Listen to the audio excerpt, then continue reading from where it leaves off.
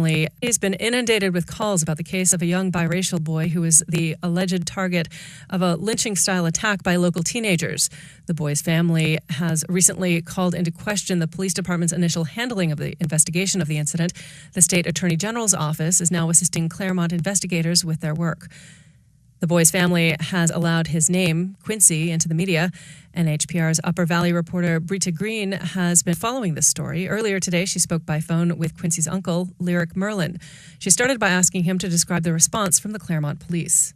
So when my sister called the police, they dispatched an officer, and I can't remember his name. There's been so many various ones involved, but he questioned my nephew right in front of the boys. So it wasn't really handled properly from the get-go. If this were adults, that would have never happened.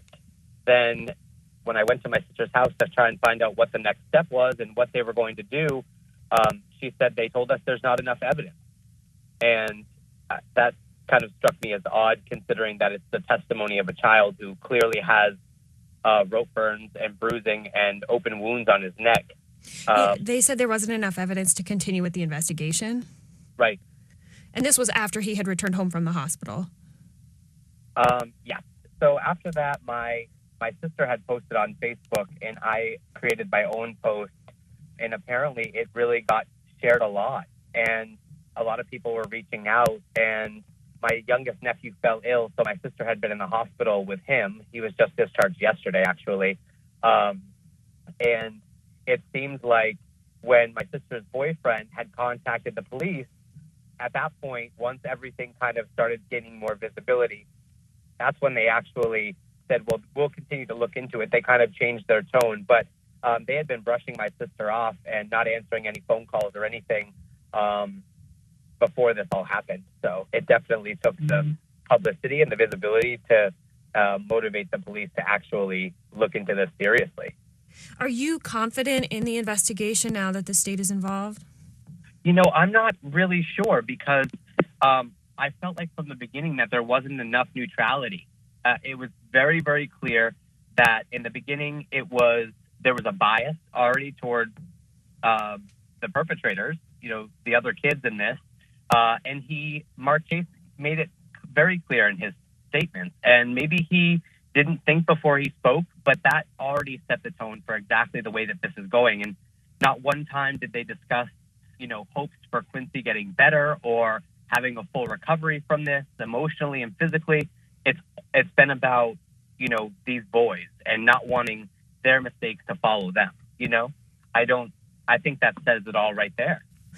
Is there anything else that you want to add that I'm not asking about? I mean, obviously there's a lot to talk about, but anything that you want to clarify or that you feel like hasn't been reported or is important for people to know?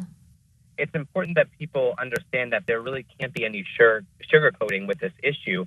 The reality is there's been a rope. There was a rope and an 8-year-old child who, if Quincy were any smaller than he is, he's a pretty stocky little boy. If he were any smaller than he is, he would never have been able to free himself from that rope.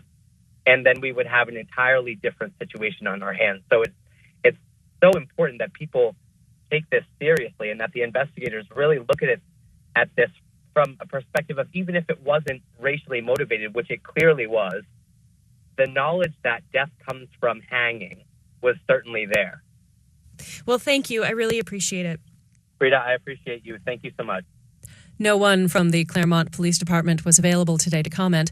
In a statement earlier this week, Claremont Police Chief Mark Chase said his department has taken the incident seriously since it was reported. The State Attorney General's office says it will take, quote, any and all appropriate action, end quote, if there is evidence of a hate crime.